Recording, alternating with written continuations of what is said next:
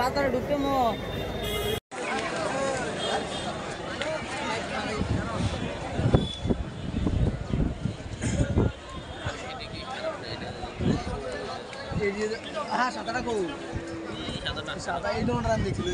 তুমি 2 বছর ডেইলি কতটুকু খানা লাগতো? 10 কেজি। কত কেজি হইব এটা মাংস? হ্যাঁ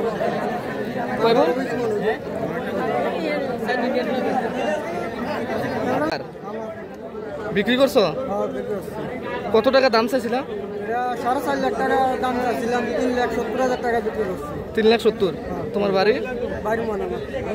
কয়টা গরু তুমি পালছিলা? 4টা গরু নিয়েছি।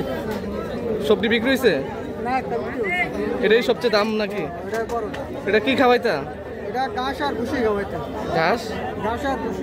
কে এটা নিচে কিনছে? এটা সোনামুড়া। নাম কি? সোনামুড়া নাম শাহজাহান।